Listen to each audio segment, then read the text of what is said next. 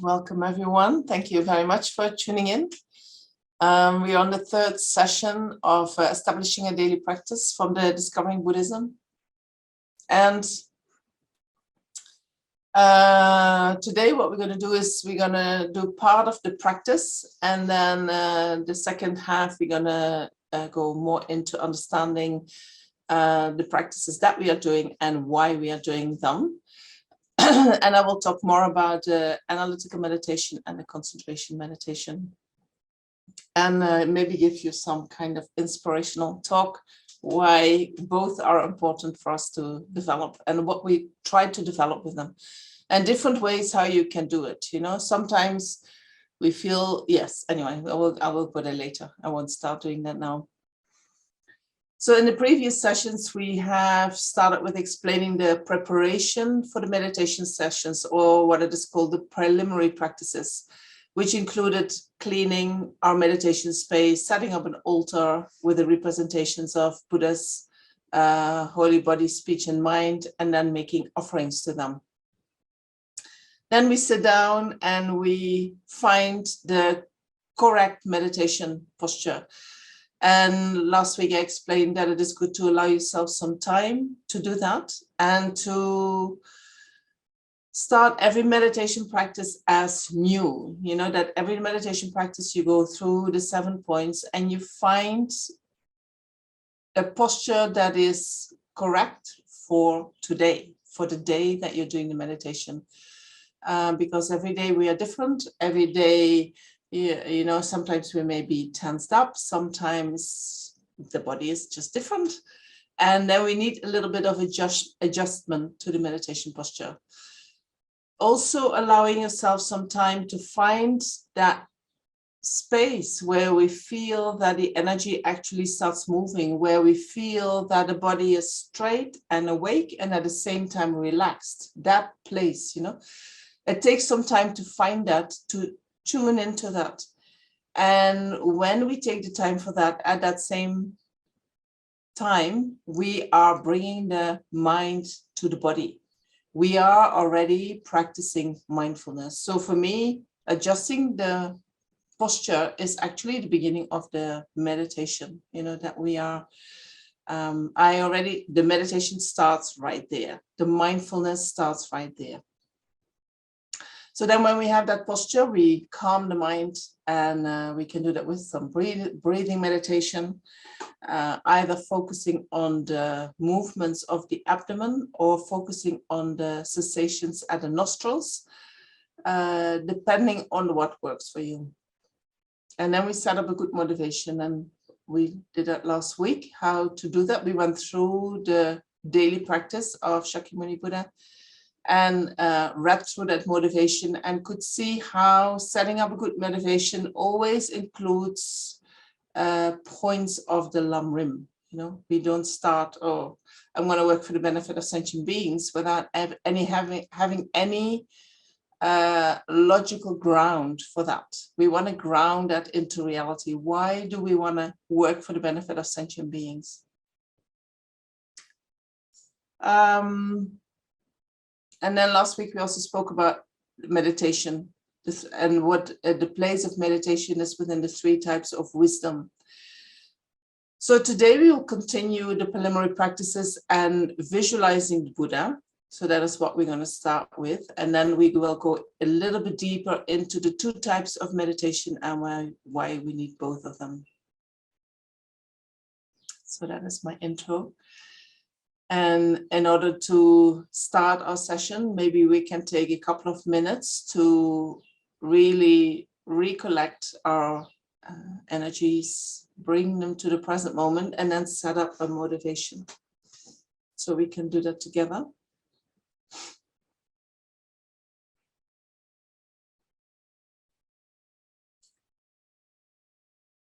And so make yourself comfortable wherever you are, whether you're sitting on a chair or on a cushion.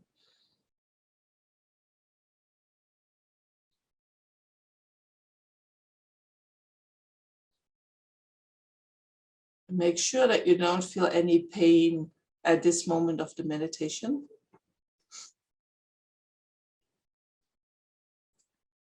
Your back is straight. And the straightness of the back comes from lifting up your sitting bones so that your pelvis tilts a little bit.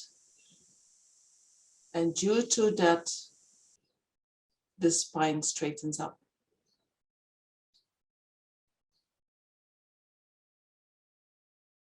And then the shoulders are relaxed. Your hands are in the meditation posture, the right hand on top of the left, the thumbs slightly touching each other, or you can put them on your thighs, either with the palms up or the palms down. The elbows are away from the torso to allow some air to circulate around your arms. The head is bent forward a little bit. The tongue is touching the palate just behind the teeth. The jaws are relaxed. And the eyes are half closed, half open.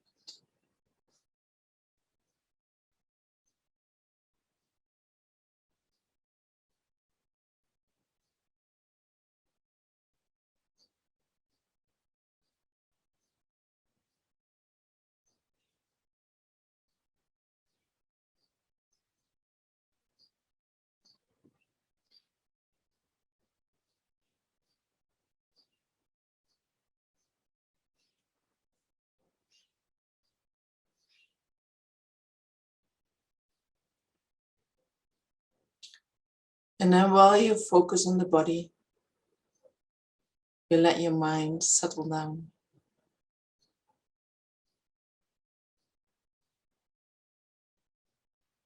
Whatever has kept you busy today and still might be in your mind, just let it go. Knowing that while you are in this session, you cannot do anything about it.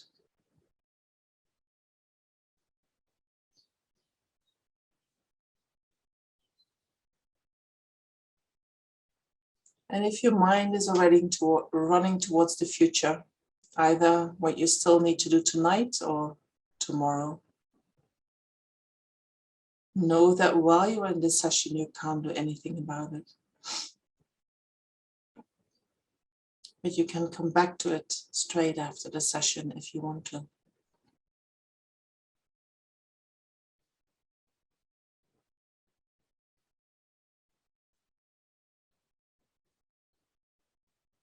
And then when you feel that the mind starts to calm down, it becomes easier to focus the mind. And only then do you start focusing on your breath, either by observing the rising and the falling of the abdomen, or by observing the sensations at your nostrils.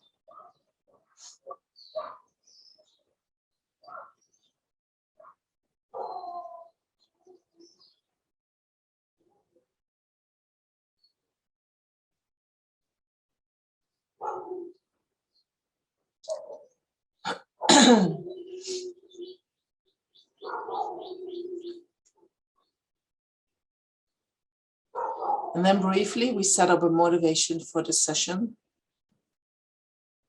recognizing that all our lives are very special, as we are having this incredible opportunity to study the Buddha Dharma at our leisure, and to have the time and the space to do things like meditation and coming to these classes.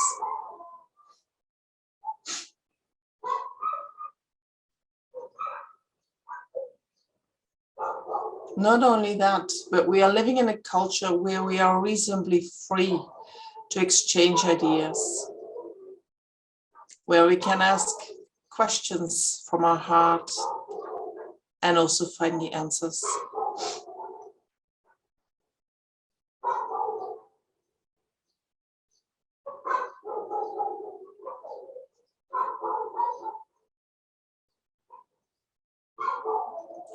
recognizing that this opportunity that we have won't last forever. We are determined to take our advantage of it.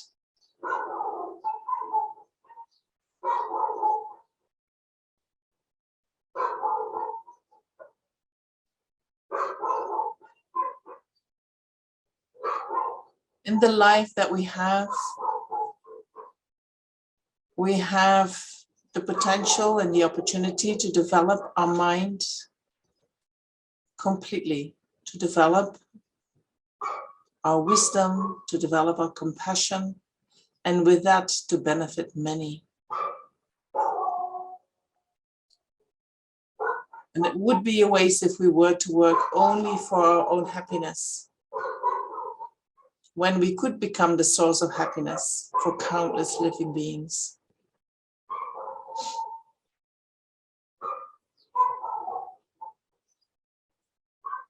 So with a wish to maximize the potential of our lives and to receive the blessings of pure enlightenment within us, we will engage in this session today.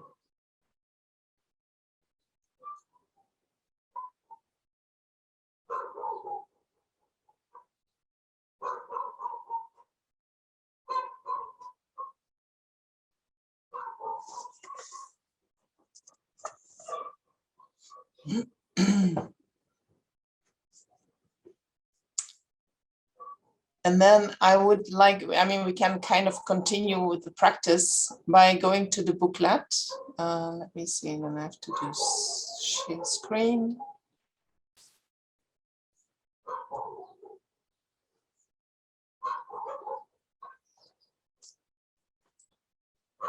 And so in the booklet after the meditation, there is, we take refuge. So I'm just going to follow the booklet and give you some explanation where it is needed, and the rest we just practice it together.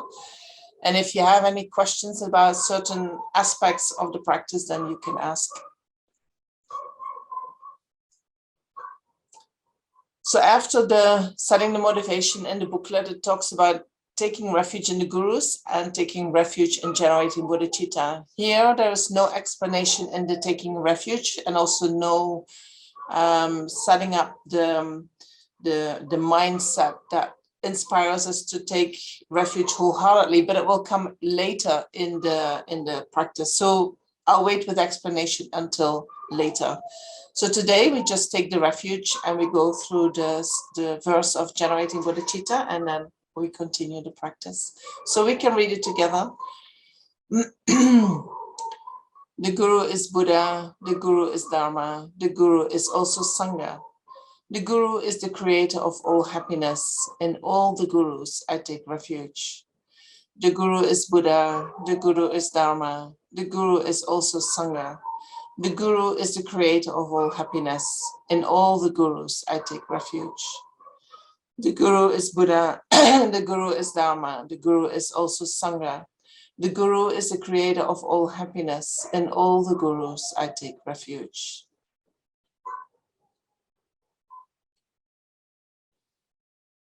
Now we generate bodhicitta.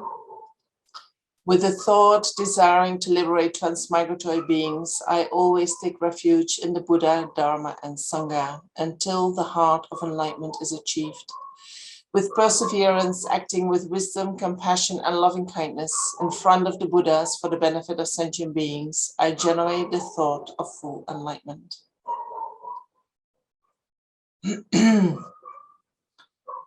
So I think they inserted this verse on the Guru is Buddha, the Guru is Dharma, because the whole Lamrim starts with, I'm not sure how it says, devoting oneself to a teacher, finding a teacher that can lead you through the stages of the path to enlightenment.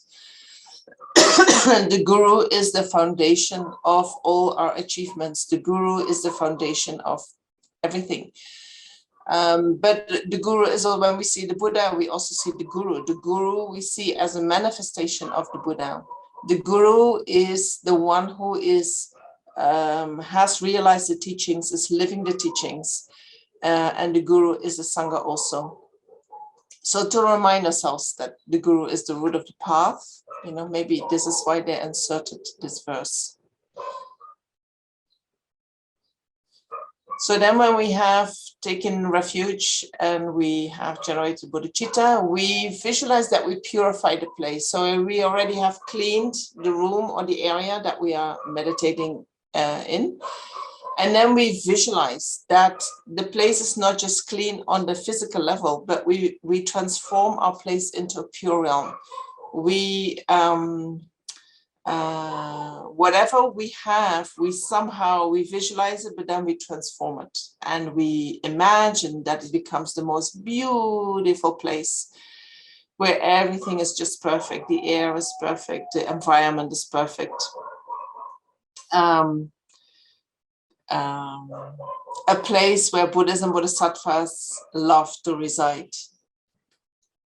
And so we do that transformation in our mind while we say the verse on purifying the place. Everywhere may the ground be pure, free of pebbles and so forth, as level as the palm of the hand, in the nature of Vidurya and soft. I think Vidurya is lapis lazuli. Very soft and pleasant to be in, so that then when we invoke the Buddhas and the Bodhisattvas, they love to come to our place.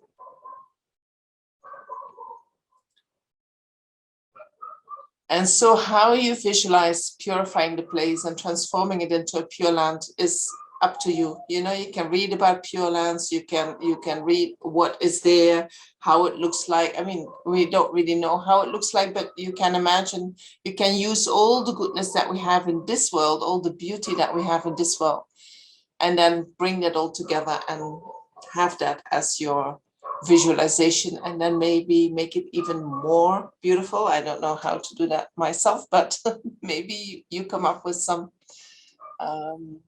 you have a good creative mind. And then when we have done that, our place has become a very suitable place for the Buddhas and the Bodhisattvas to come to. And then we invoke them with the invocation.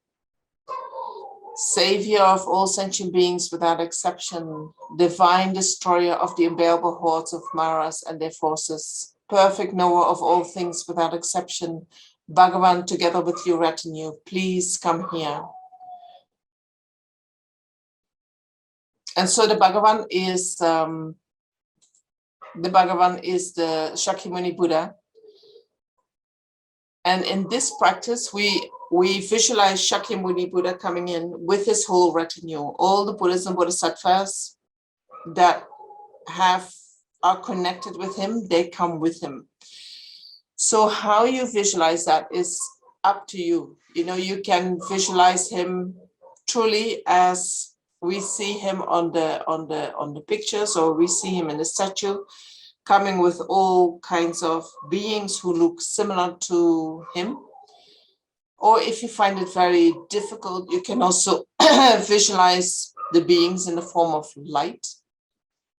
Or if you find it difficult to visualize at all, you can maybe get a kind of feeling of their presence, that you ask them to come, and that you somewhere in your body and mind feel like, yes, now they're here, right? Some people are very good in visualizing, other people are better in feeling, other people they say, oh, if I do it like this, that works for me. So whatever works for you, that is how you visualize. It doesn't have to be in the form of images. If all Buddhas that are connected to Shakyamuni Buddha are too much, you can visualize just Shakyamuni Buddha and his retinue in the form of light. Or if it is difficult to visualize Shakyamuni Buddha, you visualize him also in the form of light. But you visualize that they're coming from all the 10 directions into your space, and they are there with you. All right. And then what we first do is we have set up some offerings. And so we're going to present the offerings to them. But we're not only presenting our own offerings. We can use our offerings as the means to start visualizing as many offerings as we can. And we can, the offerings that we have made, we can transform them into offerings that are even more beautiful, much more extensive than what we have. Lama Zopa uses, he says we can use all the offerings that are made in the FBMT centers in order to offer them to the Buddhas when we do our practice. He says that is the reason why he wants that many offerings to be set up in all the FBMT centers. So you can visualize, especially the big centers, or I think he has even some houses where people make the whole day offerings. The whole day. They're busy with setting up offerings every day. So you can use these offerings, you visualize them. Whatever has been made in FBMT centers and the houses of FBMT, these are the offerings that you offer to the Buddhas and Bodhisattvas at this point. You can also offer all the offerings that are made in temples in general. You can make all the offerings that are made in the houses of people in general. Now I'm just thinking, is that stealing when we visualize the offerings that have been made by others and we offer them to them? No, I'm not sure. Maybe I think in temples it's okay. Maybe in the houses of people you have to check. Anyway, the offerings that already have been made within FBMT, we can offer them, and then we can multiply them. If you feel like I want to offer even more than that, you visualize all the offerings made within the FBMT, and then you multiply them. You let them double and triple and quadruple and again and again and again and again. So we let them multiply, we bless them, and then we present the offerings to the Buddhas. We bless them and we transform them, actually. I would call that transforming by the offering prayer. We say, may divine and human offerings, both actually arranged and mentally emanated, become clouds of the finest Samantabhadra offerings, filling the entire realm of space.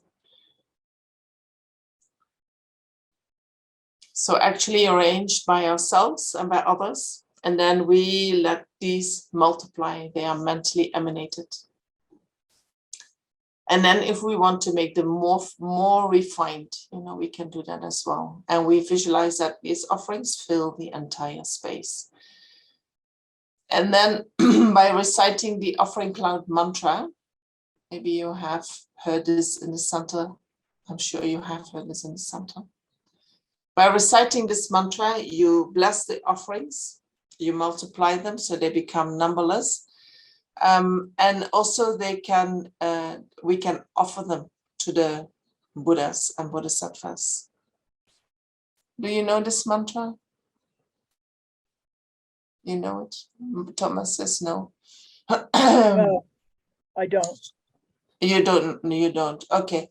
So maybe we recite it together, but we recite it slowly.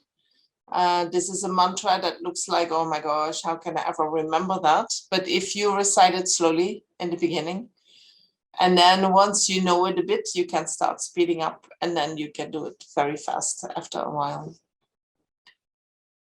Om Namo Bhagavate Vraja Sarva Pramadana Tathagataya Arate Samyak Sambuddhaya Tayata Om Vraja Vraja Maha Teja Vraja Mahavijya Vraja Mahabodhi Chitta Vraja Mahabodhi Mendu Prasam Kramana Vraja Sarva karma avarana vishodana vrajasuha.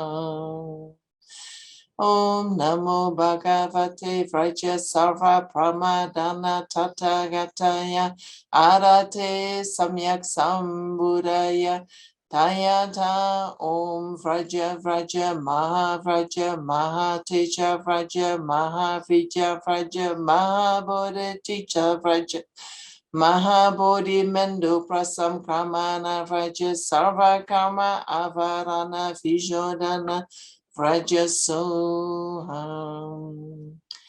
Om Namo Bhagavate Vraja Sarva Pramadana Tatagataya Arate Samyak Sambuddhaya Tayata Om Vraja Vraja Maha Vraja Teja Vraja Vija Vraja Mahabodhi Chitta Vraja Mahabodhi Mendu Prasam Kramana Vraja Sarva Karma Avarana Vijodana Vrajasoha. And so when you have heard it and when you, yes? You say the last two lines really slow.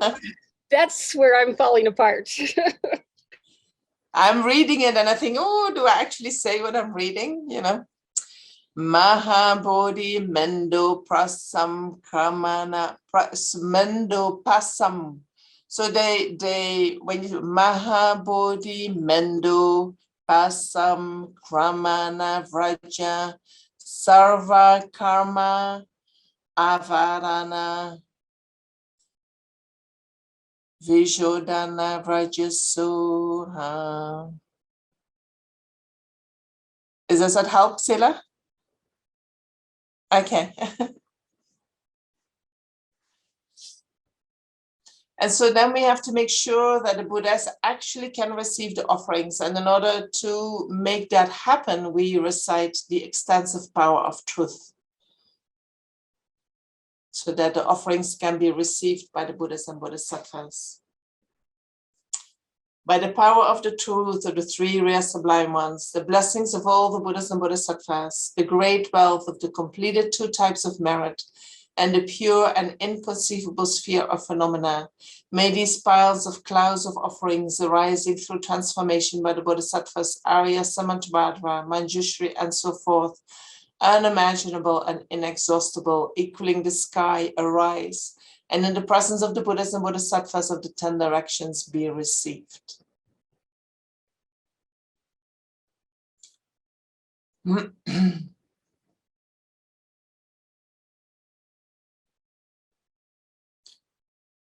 So the Buddhas and Bodhisattvas have arrived, we have presented offerings to them, and then we can make prostrations. And so with doing the prostrations, we have many options, right? We can make 3 prostrations, we can make 6 prostrations, we can make, we can take the prostrations to the 35 Buddhas and do them here. If it is very difficult for you to prostrate physically, you can prostrate with your hands. You know, you can just do the mudra of prostration. I don't have to explain how to do the prostrations, right? You know how to do that? Yes. Please say yes. I don't know how to, I wouldn't know how to show it to you. Anyway, we try to prostrate as much as we can with our body, with our speech, and with our mind at the same time. Because doing the physical prostrations, we purify the negative karma that we have created with our body. With the verbal prostration, we purify the negative karma that we have created with our speech, and with the mental prostration, we purify the negative karma of the mind.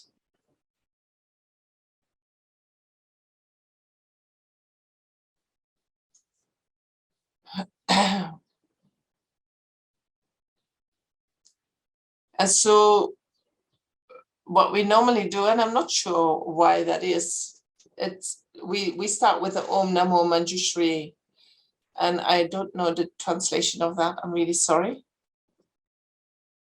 Does anyone know that? I know it is not about Manjushri. This is what people have told me, but I'm not sure the meaning of it. But we can recite it 3 times together. It's what we often do in FPMT centers.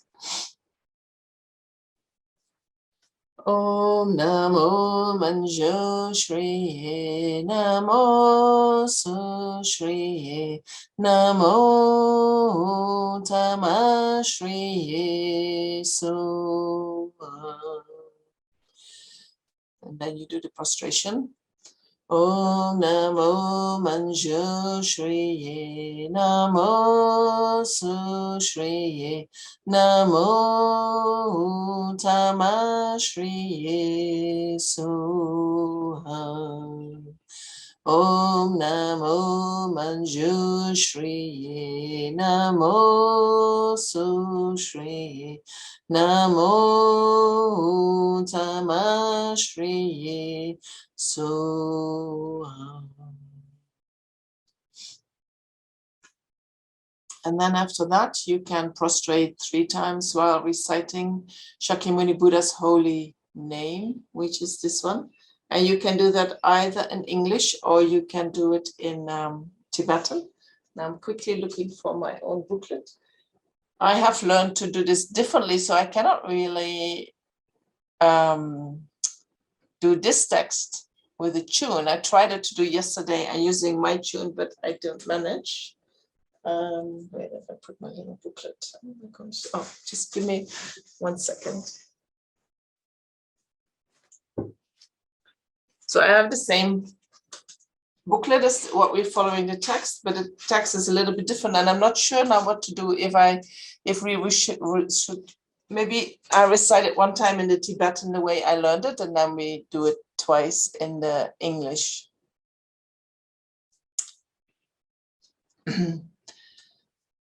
Lama tumpa chumne ne deshin jekpadra Chompayang Nakpa Zokpe Sange Pel Gyewa Shakya Tupala Cha Chelshin Kyapsu Chiwo Chedo Jingi Laptu So. To the Guru, the teacher, Bhagavan, Tathagata, Arhat, perfectly complete Buddha, glorious conqueror Shakyamuni, I prostrate, make offerings, and go for refuge. Please grant me your blessings. To the Guru, teacher, Bhagavan, Tathagata, Arhat, perfectly complete Buddha, glorious conqueror Shakyamuni, I prostrate, make offerings, and go for refuge. Please grant me your blessings. To the Guru, teacher, Bhagavan, Tathagata, Arhat, perfectly complete Buddha, glorious conqueror Shakyamuni, I prostrate, make offerings, and go for refuge. Please grant me your blessings.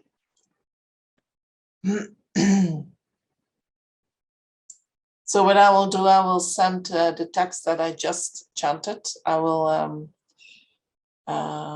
send it to Lhundrup and ask him to put it on in your material so that you can follow that. And maybe there's someone in your center who knows the tune of this one. Lama tumpa chumne de dejin jekpadra chumpa yang nakpa zukpe sange pel gyewa shakya tupala cha chalo chedo kyapsu chiwo jingi laptu so. So I'm getting, this is not a correct tune. The beginning is the same, but then they take something out and they add something different and the tune doesn't work anymore. So having done that, you can just decide, now I'm going to do the prostrations to the 35 Buddhas, or if you feel like, no, these prostrations are enough for me, then you sit down and you start your meditation practice. And the meditation starts with visualizing the Buddha. So when we visualize, we use, I think, both analytical meditation and not just, it is not analyzing in the strict sense of I need to follow a certain way of reasoning, but you do use a sequence of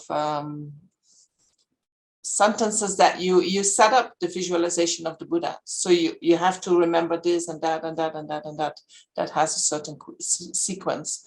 And then at the same time, you try to visualize a image that is still and that doesn't move. So you need to focus single-pointedly.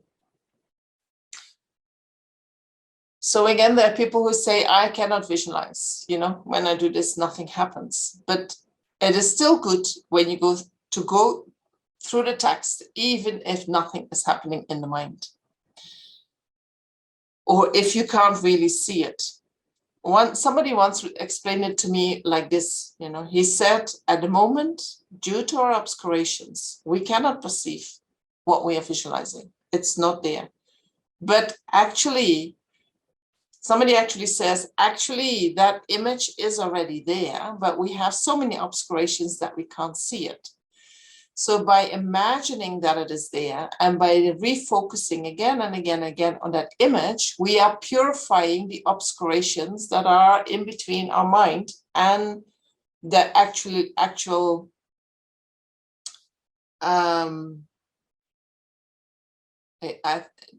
he said the actual Buddha who is there. So by visualizing the Buddha, we're actually connecting with the real Buddha who is actually there. And by visualizing again and again and again, we purify the obscurations that we have to see the actual Buddha. So for me, that was quite inspiring to hear that. I thought, oh, he's actually there. I just can't see him because of my obscuration. So when I keep visualizing, at a certain point, the obscurations, they start to go because of my effort of visualization. And then eventually they will disappear.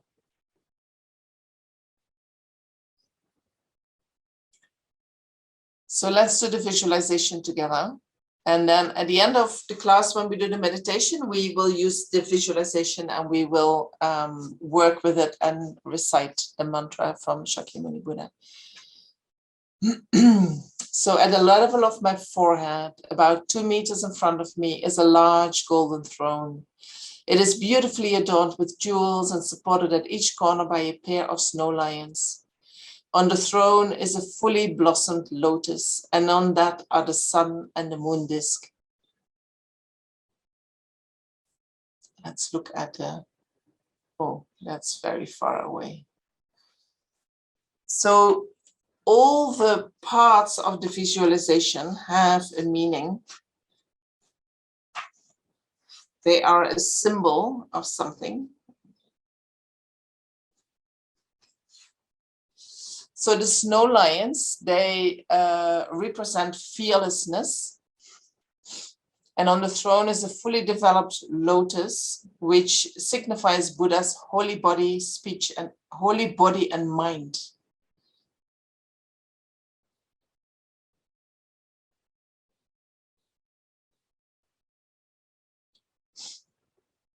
And on the lotus are 2 full discs, the sun disk and the moon disk. So the moon disk signifies the method that we are using, while the sun disk signifies wisdom. So we can say the wisdom is the wisdom realizing emptiness. The moon disk, the method, is the great compassion, or the bodhicitta.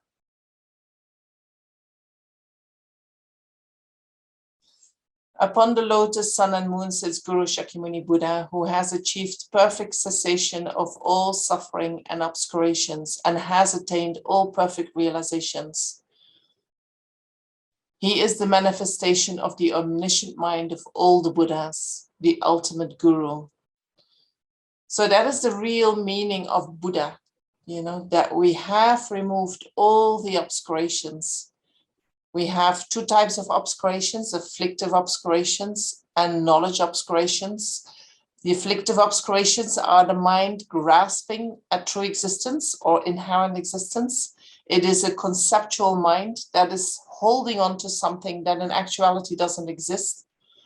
And then due to having had that mind that grasps at inherent existence, we create appearances of inherent existence. And the appearance of inherent existence is the knowledge obscurations.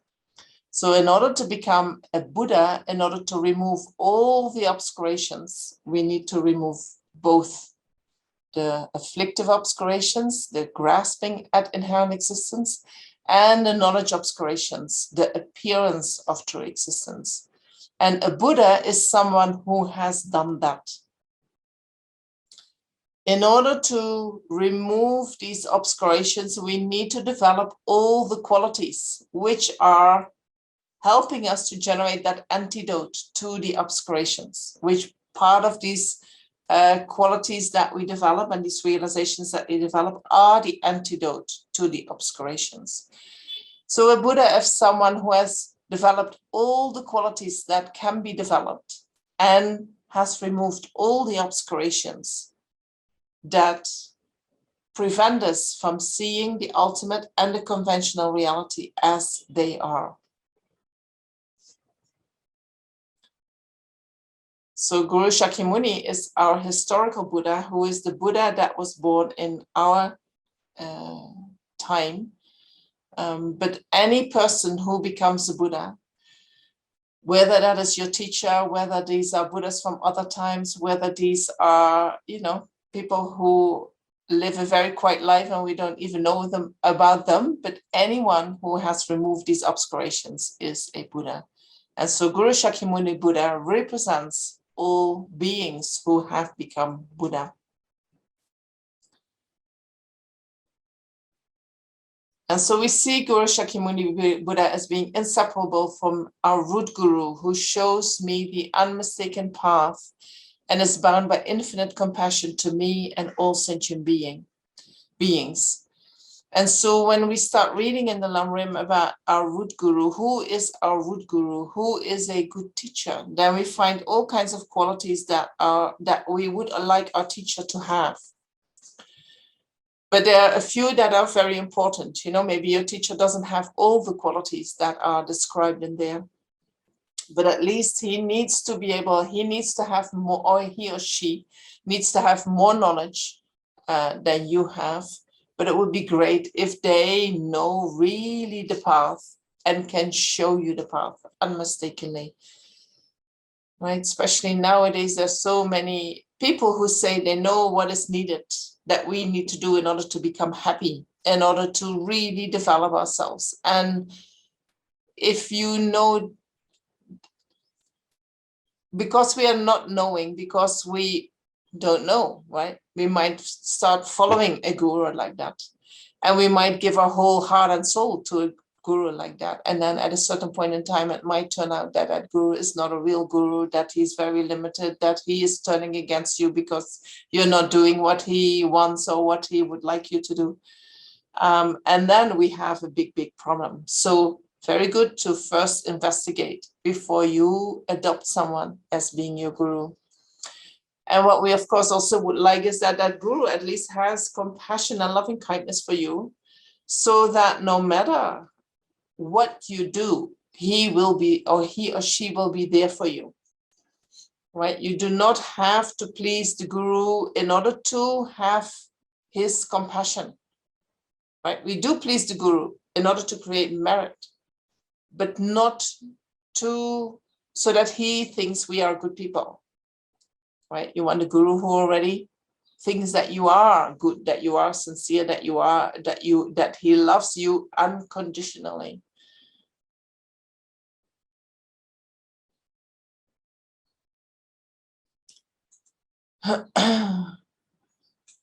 Oh,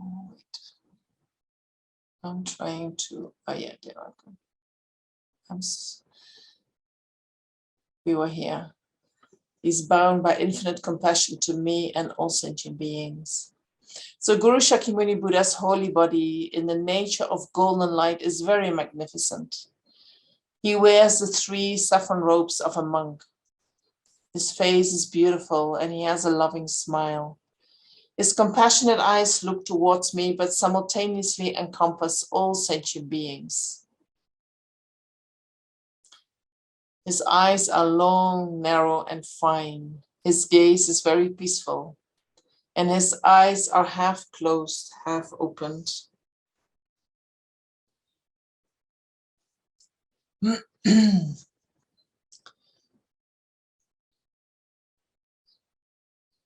So this is how you visualize it. There is a picture of His Holiness, where if you look from the right side at the picture, you're standing at the right side of the picture and you look at him, it looks like he's looking straight at you.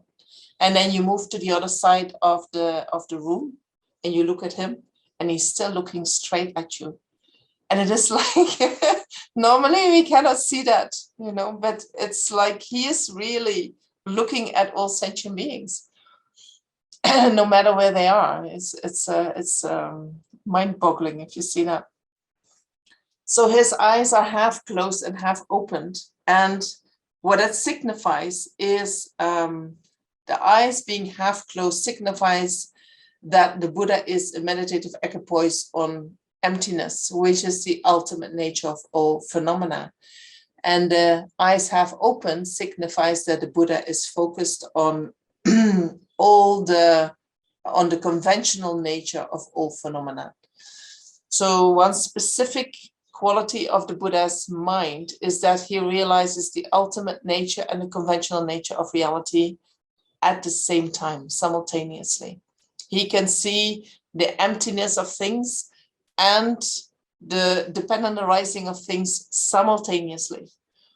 Sentient beings, which are all the beings different from Buddhas, they cannot do that at the same time. They can either see emptiness, or, I mean, if you are an arhat and you an Arya being and you have realized emptiness, you can be either a meditative equipoise and realize emptiness, or you come out of meditative equipoise and then you realize the conventional nature of phenomena. But you cannot do that simultaneously. Once we become a Buddha, then we can see the conventional nature and the ultimate nature of phenomena simultaneously. And so his eyes being half opened, half closed signifies that quality of the Buddha. His lips are red, which signifies that he reveals the Dharma to others out of great compassion. His hair is blue-black, and each hair individually curls to the right. On the crown of his head is a pinnacle. The pinnacle is one special wisdom that the Buddha has developed. It's not just the hair, it is actually the skull coming out. The palm of his right hand rests on his right knee, the middle finger touching the moon cushion, which symbolizes that he has great control over the maras of Deva's son, which is the mara that symbolizes our desire, our attachment.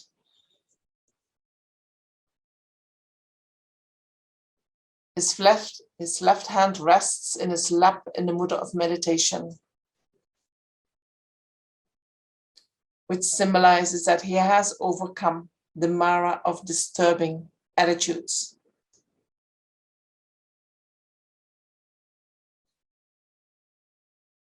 And he holds an alms bowl filled with nectar, which signifies that he has overcome the mara of the samsaric aggregates. So now I have to think about which text the maras are explained. I think it's in the Abhisamayanamkara, where there is a whole explanation on the different types of maras that exist. You know, maras are creatures, spirits, devas, gods who disturb our mind, who check, you really have no attachment, I'll send you something to see, to challenge your attachment. For instance, you hear regularly that someone wants to take ordination.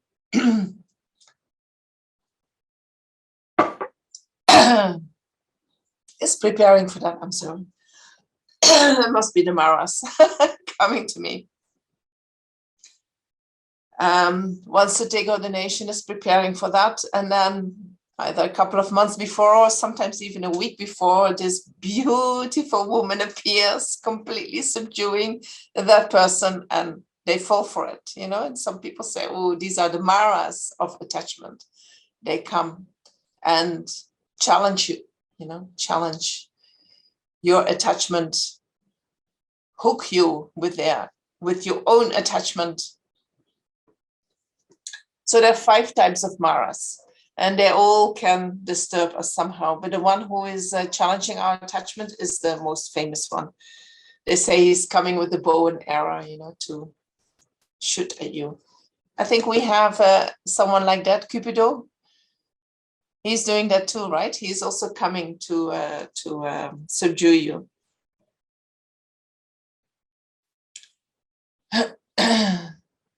His body is in the Vajra posture, in the center of an aura of light, like sunbeams.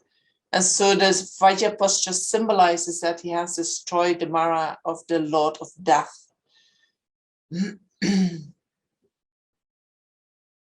Oh, it talks here about 4 Maras, so maybe I'm mistaken. Maybe there are 4. So Buddha's posture symbolizes that he has destroyed his own 4 Maras. Oh, no, there are 5 Maras. 4 are Maras that are destroying, that are attacking us. And then there is 1 Mara who is attacking other sentient beings. And so the Buddha has destroyed his own 4 Maras and is also destroying the Maras attacking other sentient beings. Can And I then ask a quick question about the Maras? Yeah. Would those 5 Maras be represented in the tantric empowerments by any chance? Where would that be? No, I'm asking, would they like the Yamantaka empowerment, the whole aspect of death and everything. So these different Maras, if you've taken the empowerments in the tantric system, have you vanquished those Maras? No. Or they're set? No. Oh, okay. Oh, great. Maybe the tantric practice can, by doing the tantric practice, you develop the powers that will help you to destroy the Maras. Destroying the Maras means that you do not react to their activities, right? We're not really destroying them. Right.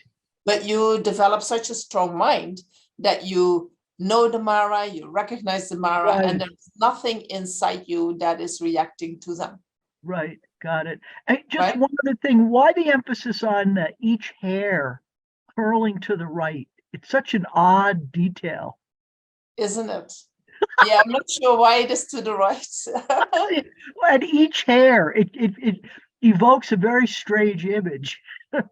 Well, maybe that shows how long he has been taking care. I don't know how perfect it is. We know how difficult it is to get hairs laying together, but each hair is individually laying perfectly on his head. And to the right, which I And get. to the right. Yeah, I'm not sure what the meaning of that is. Well, the left has the sinister aspect. The left historically has the sinister aspect and the right doesn't.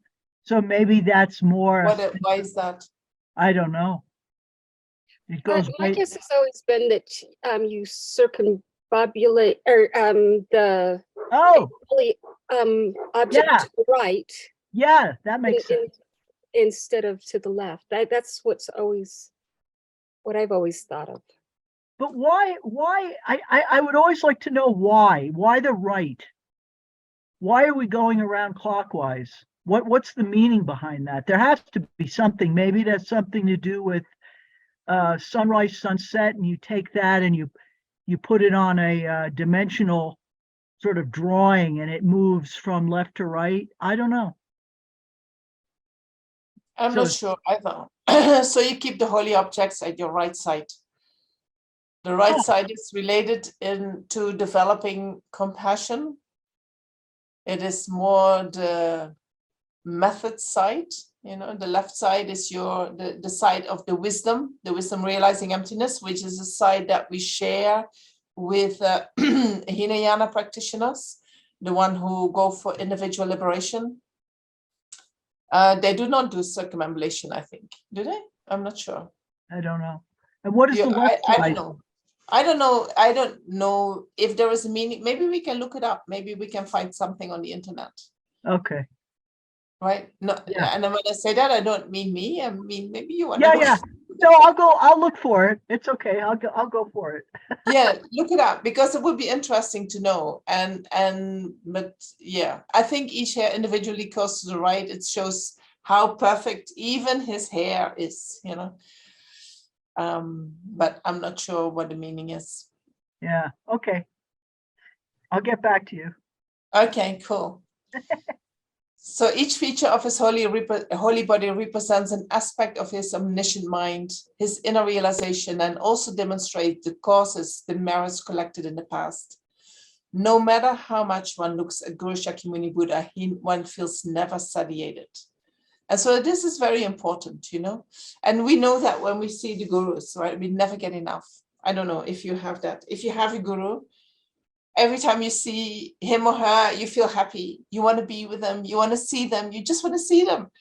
Because, you know, other sentient beings, we see them and then we say, oh yeah, now I want to move on. You know, with a guru, you don't do that. If it is a good guru who hooks you, you don't do that. And so when we set up the visualization, you want to make the Buddha so beautiful, even if you don't get an image, but just a feeling. You want to have the feeling that he is so beautiful that you can just keep looking at him.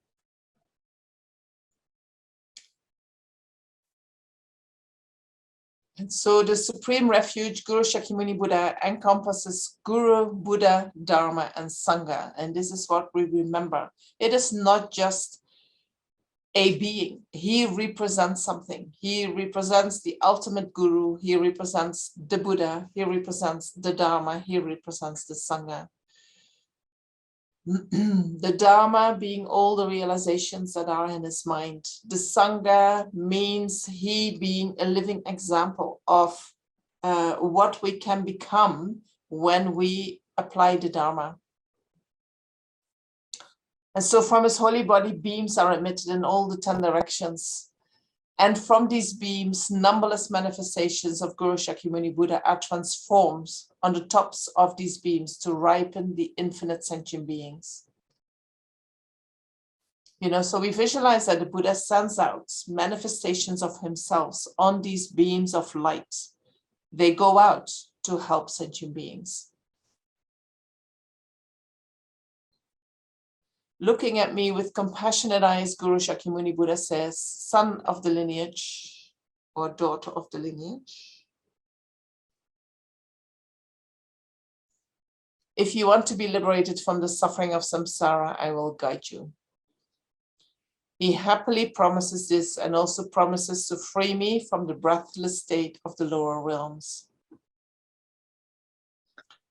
So in my booklet, it says son or daughter of the lineage, and they have changed that back into the son of the lineage.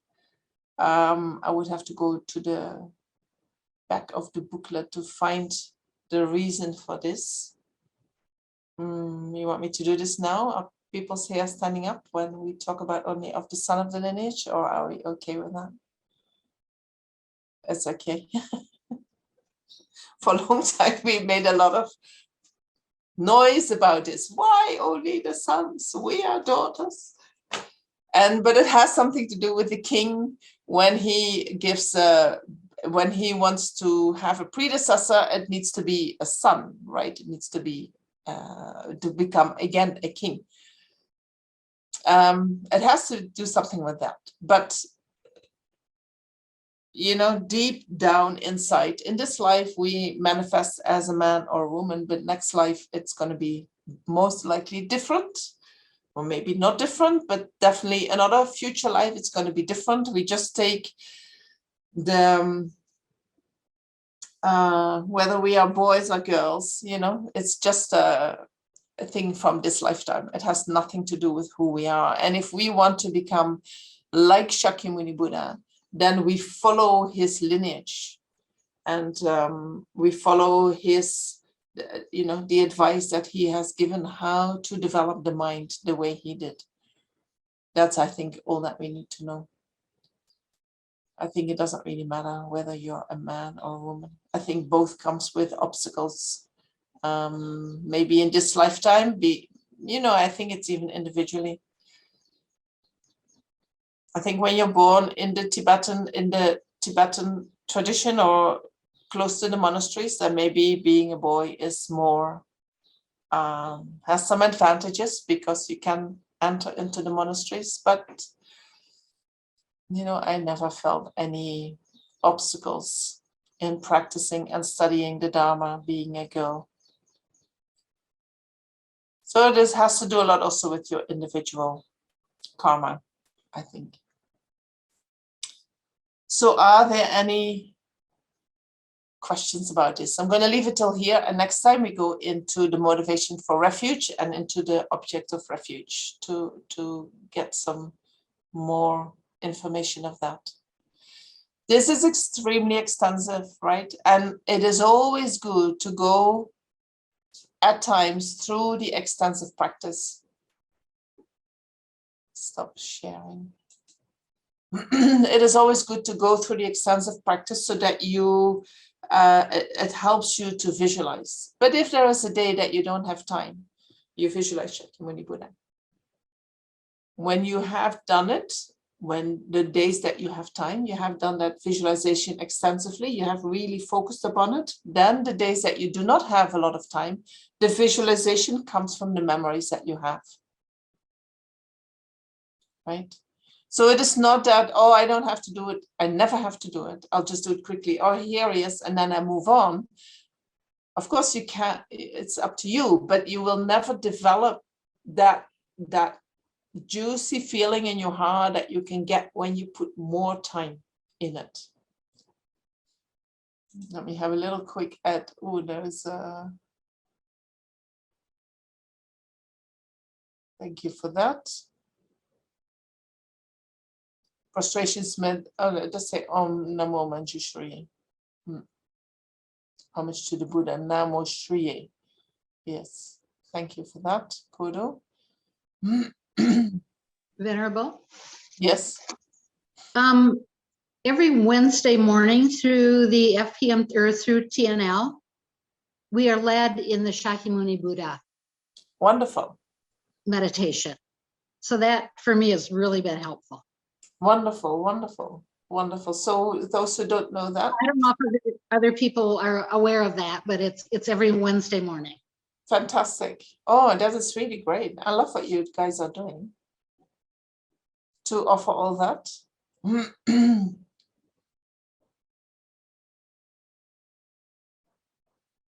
So Karen, you're saying something about the left side, what we just already spoke about, but actually the left side is the wisdom side, is the wisdom that represents the side that represents the wisdom realizing emptiness. And in order to develop the right side, you need a left side. It's not, and we can talk about, but the right side is not, the left side is not as good, but we need both. Hey, I'm left-handed. I'm left-handed, so I'm all for the left side. No, you also need the right side. You also need your I know. We cannot do without each other. It's true. Absolutely, yes. All right. On the internet, it says that the curls represent the going beyond illusion and the cares of the world. Right.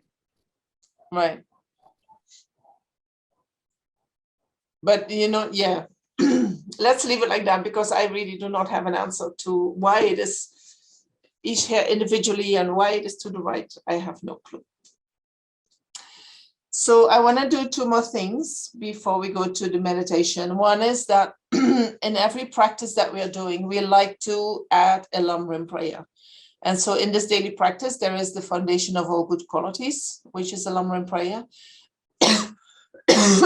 But you can also find in the retreat prayer book, for instance, several Lhundrup prayers, and you can see which one is most appealing to you, or if you feel like you want to switch, sometimes that is fine too.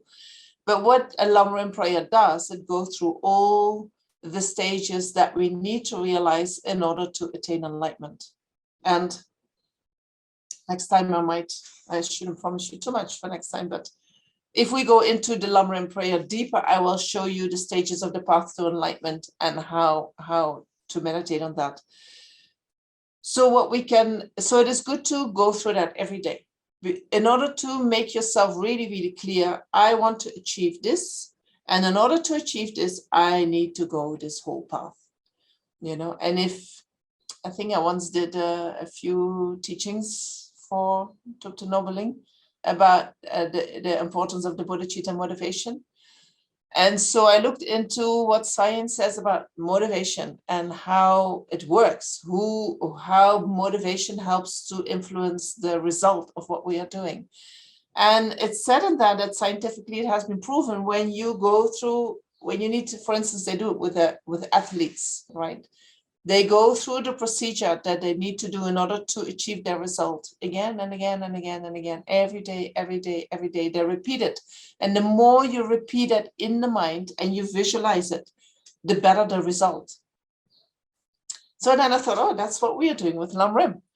Every day we go through the steps that we need to go through in order to achieve the result.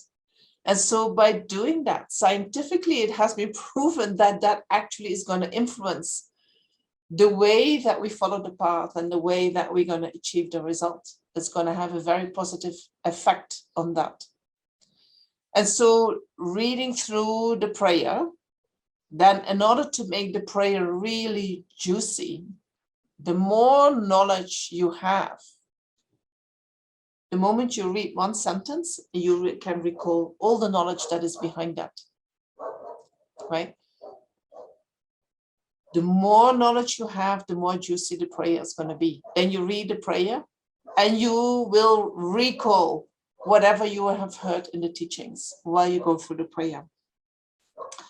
One way to make it more juicy, therefore, is studying the topics. So you could say, I'm reading the prayer every day, and this week I'm going to read about death and impermanence.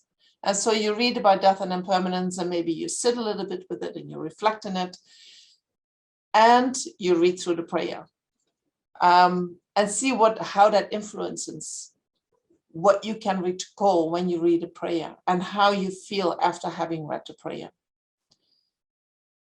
Another way to make it more juicy is that you meditate every day or whenever you can on one of the verses or even one of the sentences. For instance, life is impermanent as a water bubble. Meditate on that. Meditate on the impermanence. Recall the knowledge that you have from reading in the Lhundrup. Recall that while you are doing this prayer, and then sit with that 5 minutes. Then you continue the prayer.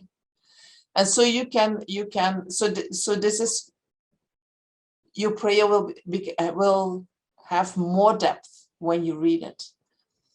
And you can put up a system for yourself that every week you stop at another phrase, another sentence or another paragraph or another verse, and you meditate upon that, or you study that. Right? Or you can say, I go for 1 month. I do 1 month. I stop every time at the same place. And I deepen out that topic before I continue. Right? You can add that to your meditation practice. And you do not necessarily have to do that whole thing while you meditate. You can do the study and you can do even the meditation also on other times. But then when you read through the prayer, see what effect it has on your mind. Right, so that the prayer is not just loose words, but it actually has a meaning that is connected to your mind. Okay.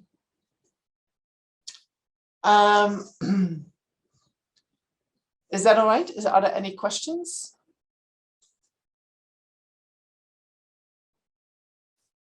Yes.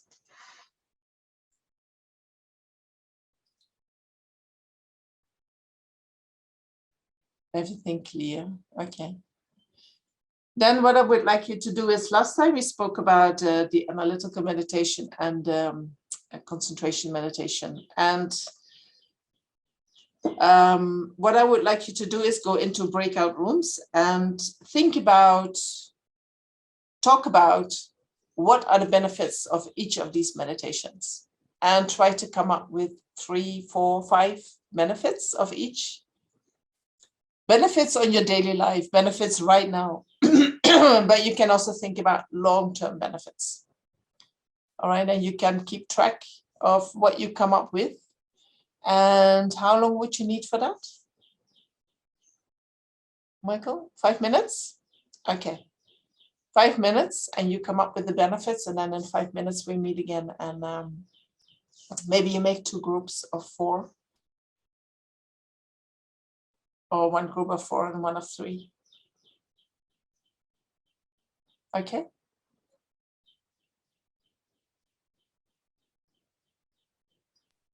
Who's doing the grouping? Yeah. Michael or Michael? Got it. Oh, I won't join. I give you the time.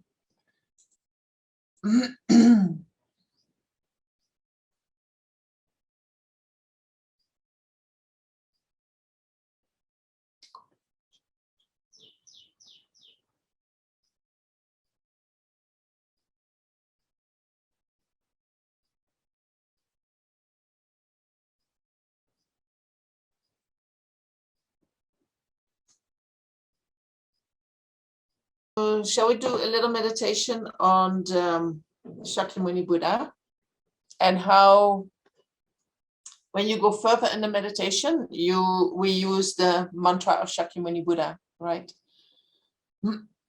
So I thought we can do that together today, where we use the mantra and how we can use the mantra. So we visualize again and again. If you don't have clear visualization, try to visualize light. If you can't visualize light, try to visualize the movements that we are making with the light. Try to imagine with whatever helps you that what we are talking about, that actually happens. All right.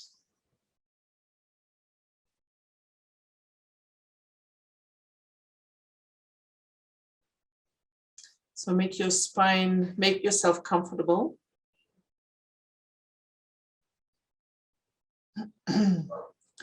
Close your eyes, but allow a little bit of light to come in.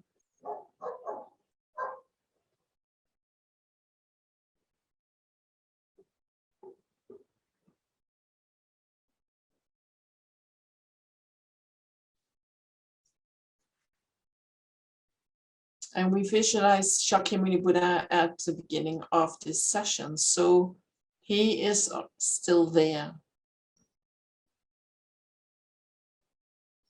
Try to recall his presence.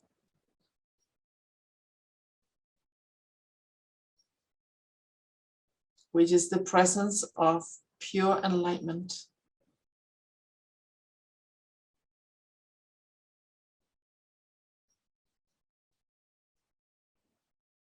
And that he represents all of our teachers, all our guides, all our protectors, whether we call them Buddhas and Bodhisattvas or angels or any other term. All those beings that are here to help us, to show us the path.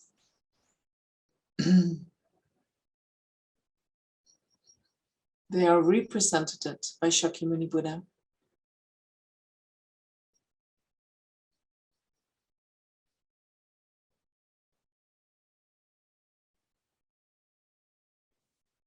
And so in our heart, we can have a sincere request to always be guided and protected by this energy. And that it may help us to quickly transform ourselves into an enlightened being that is perfectly capable of attending to the needs of others.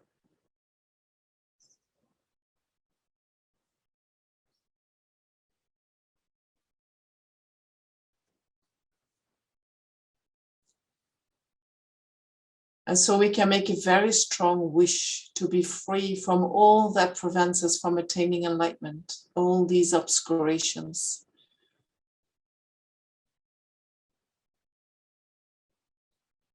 And we can wish to receive all the blessings and realizations of the path. And we can ask Shakyamuni Buddha to please bless our minds in order to achieve that.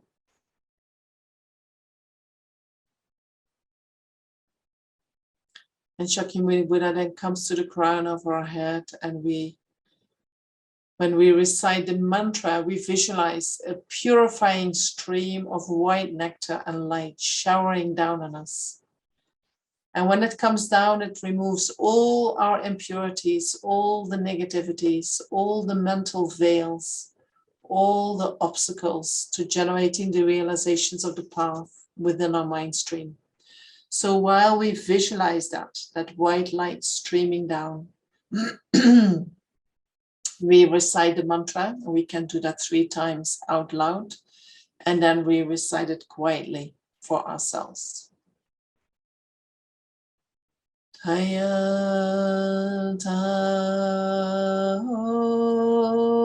Muni Muni Mahamunaye So Hayata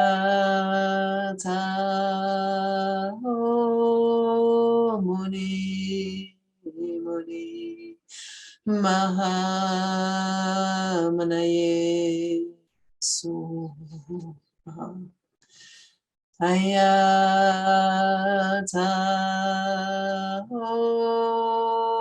Muni Muni Mahamanaye Suha Tayata Omuni Muni Mahamuni Soha.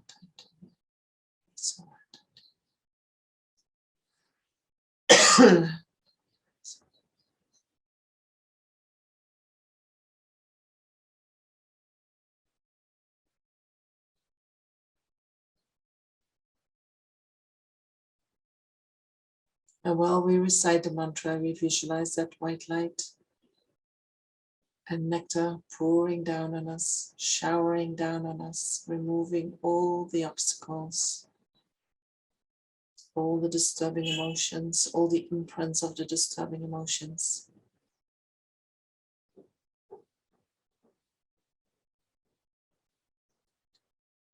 So tight, so tight.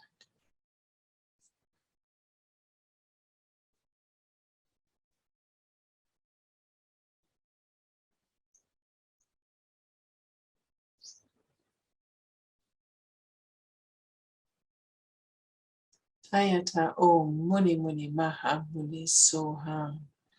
And a final purifying stream comes down, cleansing our body and our mind, and all the negativities are washed away, and our body and mind are calm and clear like crystal.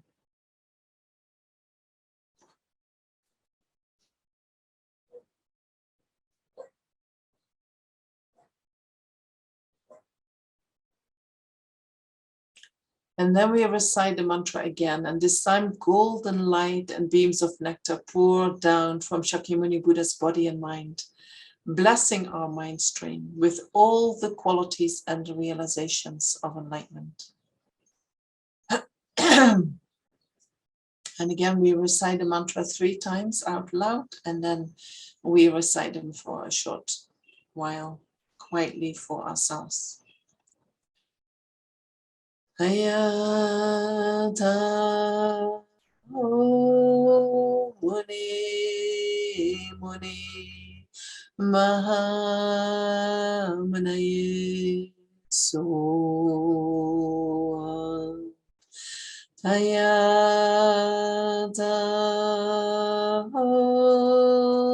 Muni Muni Mahamanaye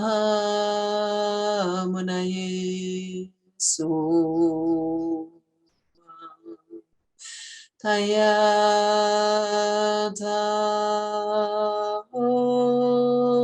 Muni Muni Mahamanaye So Tayata O Muni Muni Mahamuni So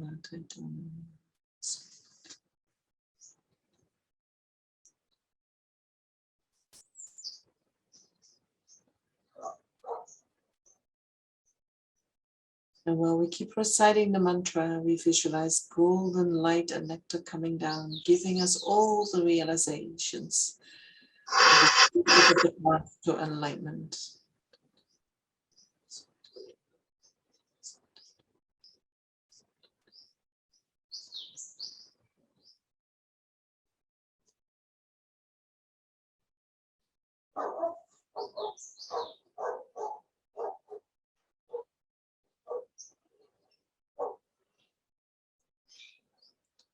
Tayata O Muni Muni Maha Muni Soha. And our body and mind have become pervaded by golden light. And we are in the aspect of Shakyamuni Buddha, a fully enlightened one.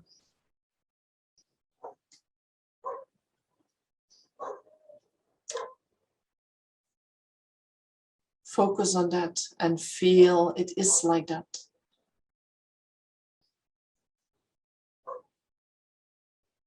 And from the wish to benefit all beings, we recite the mantra again. And this time we send out streams of golden light from our hearts through every pore of our body, reaching out to all living beings in all the different realms of existence, blessing their minds, freeing them from suffering, and bringing them into perfect happiness. Ayata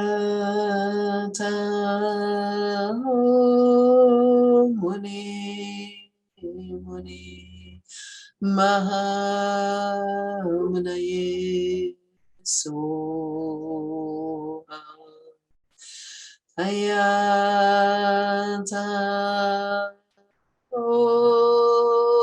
Muni Muni Mahamunaye Soha. Ayata Muni Muni Mahamunaye Soha. Tayata Muni Muni Mahamuni Soha. Tayata Muni.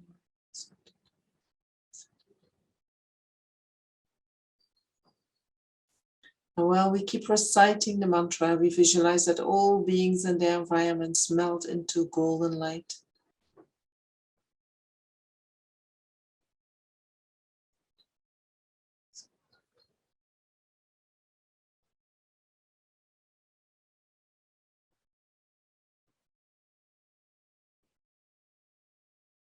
Tayata Om Muni Muni Mahamuni Soha. And that golden light then absorbs into our hearts.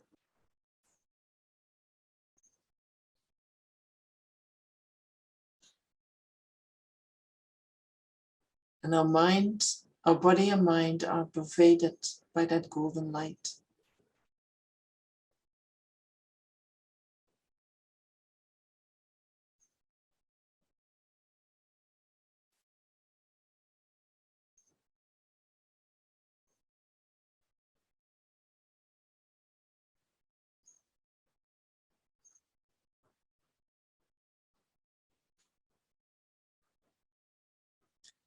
And it can be that you have the feeling that you completely dissolve into that golden light, and that is fine. Dissolve into that golden light.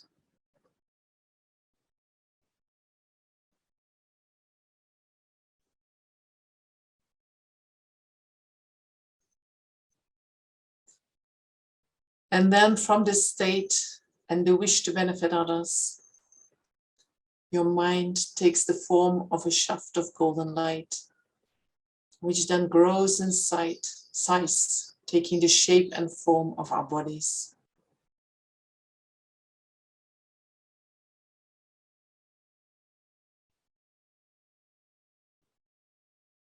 And you can imagine that you visualize yourself as a pure light being, abiding in the world solely for the purpose of benefiting others.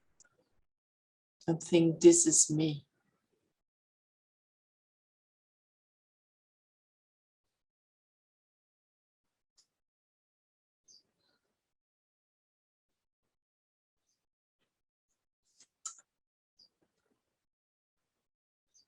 And then we can dedicate the merit. And we know that Lama Zopa has these extensive dedications. And if you feel the need to continue dedicating after the session, that is fine. But I'm also very aware that some people like to go to the Vajrasattva meditation. So we dedicate with one verse, which is due to all the merits of the 3 times accumulated by me and by others, merely by seeing, hearing, remembering, touching, or talking to me. May any being be freed in that very second from all their sufferings, diseases, spirit harms, negative karmas, and obscurations, and abide in the peerless happiness of full enlightenment forever.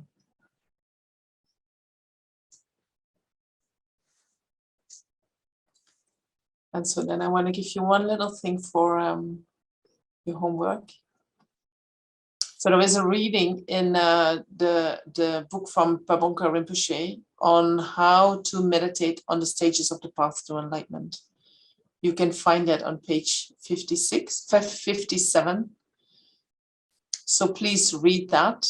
So that is in your readings, right? And you got this the readings for Discovering Buddhism on page 57. There is a piece from Pabonka Rinpoche on how to meditate on the stages of the path to enlightenment. Please read that. And so next time we will come back to the 2 types of meditation and how to use them in our practice and why we need both of them. I want you to have a little bit more understanding on that. And then we will continue the daily practice and the explanations. If you want me to do anything else or you have questions about anything else in your practice, please somehow get them to me, either at the beginning of next class, or you maybe can send them to Lhundrup and ask him to forward that to me, or is that all right? Okay. Thank you so much. And I look forward to seeing you next week.